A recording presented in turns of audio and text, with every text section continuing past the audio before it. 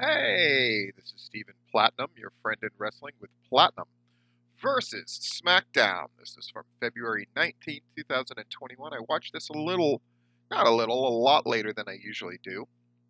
My kids are over and just having the greatest time and that kind of thing, so it got away from me, but I finally took a look. I will say this is a great um, go home show, the second best go home show that we've seen of the year. Really effectively done. They moved a lot of things forward, and they moved a few things forward that look like they're going to go well beyond the pay per view this weekend for sure. One knock on the show in general, in booking terms, is turning two people heel on the same show. When you've got 52 shows a year to turn people heel, and really turning Otis and Apollo Crews out of the two, the Otis one did not seem immediately important and definitely could have been held off. I'm not sure why they felt the need to do two at once. Um, I just thought it wasn't very effective. But a couple of other things were, and a couple of teasing promises were not fulfilled. That was the other major problem. Beyond that, though, I thought the show was very good. Let's take a look. We got Edge coming to the ring to the pop. He's going to have this long discussion. Thankfully, Roman Reigns interrupts that. Yikes. Um, so, um, Edge, basically, Roman Reigns trying to talk Edge into fighting him, which is really interesting. Roman Reigns has this idea that, if you're picked by the Royal Rumble winner, it's more prestigious, and that's the tack that he's going on. All right. So Sami Zayn comes out there. Everybody's disrespected me, and I want a picture of me pointing at the WrestleMania sign, etc., etc., etc. Uso super kicks Sami's head off. Um, that's wild. So we got six-man main event tonight. And then Bailey's going to be back with Ding Dong Hello after weeks and weeks of not doing it or not being mentioned. Oh, come on, SmackDown. Come on. You're the superior show for WWE for sure, but they got to keep up with stuff. Apollo Crews, Shinsuke Nakamura, long story short, Shinsuke wins here. Crews attacks him from behind, beats him down. Big E, who's there doing commentary, yells at Crews, and man, they go at it. Crews gets the better of him. Medics rush down with a stretcher, tends to Big E, cart him off. Big deal. He's got a neck brace on. We see that for after the commercial break. Music hits. Out comes Seth Rollins. He stops and watches Big E. So Rollins plays the segment of his return segment. Um,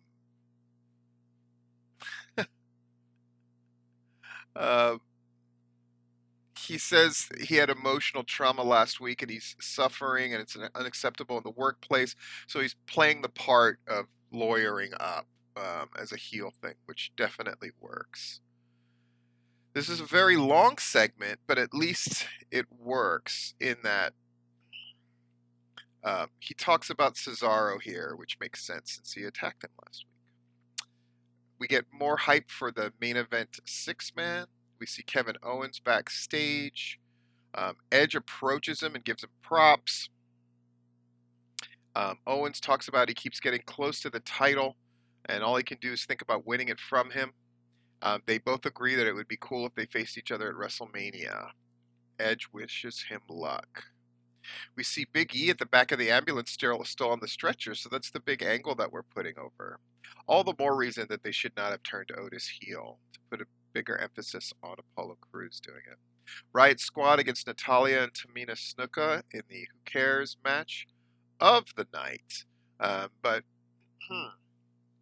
so Billy Kay comes skipping down the ramp and inadvertently helps, or perhaps inadvertently, helps Tamina Snuka and Natalia get the win. All right. But they still want nothing to do with poor Billy Kay. So we see Sasha Banks as the honorary starter at NASCAR's Daytona 500 last weekend again. Boy, they've showed this clip a lot. And none of her in The Mandalorian. What the hell? I just can't emphasize how weird that is. Edge is backstage. King Baron Corbin walks up, brags about how expensive everything is. So now we're doing this gimmick on this show as well as NXT. WWE, before at least you could always say the right hand knew what the left hand was doing. Now it seems like they do the same things multiple times a show, and they do things that other shows are doing. You know, NXT got Grimes is doing, you know, I'm rich bitch gimmick. Weird. So we see the ring crew setting up Ding Dong Hello show. We go to commercial. We come back. Here we go. Bayley steps through the front door. Nia Jax and Shayna Baszler have trouble getting through the door.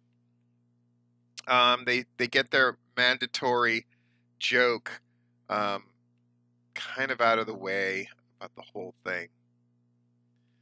So we're going to get Sasha Banks, Bianca Belair, and Reginald against Nia Jax, Shayna Baszler, and Bayley. That's the long and short of it. At the end of the day, Reginald, Sasha Banks, and Bianca Belair win. Very strange. Very strange. Kayla's backstage with Cesaro. Brings up Seth Rollins' comments. Rollins was saying that he was respecting him and he was just hoping the old Rollins would come back. So he's doing the he's really great thing. Cesaro mentions to Edge, who shows up, that after Cesaro wins at the pay-per-view, he'll see Edge at WrestleMania. What? Okay. Mysterio and Dominic Mysterio against Chad Gable and Otis. Long story short, Otis goes nuts and does a splash off the second rope and just goes on and on and on and on. So Ray and Dominic win by DQ, but that's not the story. The story is Otis is brutal. And he's a heel now, I guess. Sigh. Edge approaches Daniel Bryan in the back. Bryan brings up really cool stuff about how Edge inspired him and all this kind of stuff.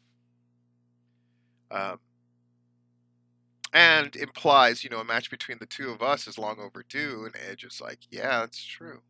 So, again, SmackDown doing a great job of setting up a lot of possibilities for Edge, at least putting a little mustard on every one of the matches that are taking place on the SmackDown end at Elimination Chamber. Like I said, it was a very good go-home show as far as that goes. Kevin Owens interrupts Cesaro and Daniel Bryan in the back. Do we want to talk strategy? Because we're going to have the six-man. Cesaro, basically the implication is, well, man, Owens, don't turn on us. And, you know, Owens says, I'm not going to turn on you tonight, but on Sunday, dude, I'm whipping your ass. Cesaro says, well, at least he's honest. Carmella's doing her hair and makeup. Reginald comes. They have a discussion about how Reginald wrestled in that match. He kind of tries to deny it, but then he owns up to it. She takes a sip of the wine that he brings and spits it out, tosses the rest in his face, sends him away. So it's announced that Sasha Banks and Bianca Belair will challenge Nia Jax and Shayna Baszler for the tag titles at Elimination Chamber. Oh. Foregone conclusion match.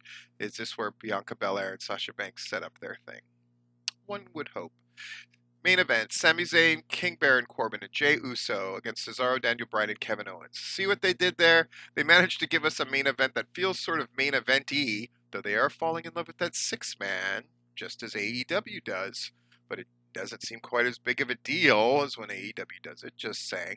But they're doing a go-home show where, you know, we've got the six guys that are in the Elimination Chamber, and we're not giving that much away.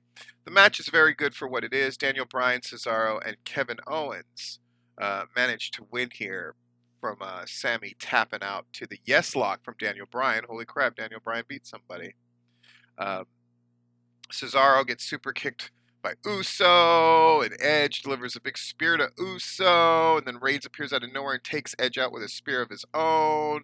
Madness, craziness, and now you want to see Elimination Chamber more than ever. I am going to watch Elimination Chamber as it's happening, and then I will comment soon thereafter. So good job, SmackDown, but there are a number of notable things that are distressing. But it's WWE, and distressing is the best out of the three. Hmm. Sad but true. This has been Stephen Platinum, your friend in wrestling with Platinum versus Smackdown.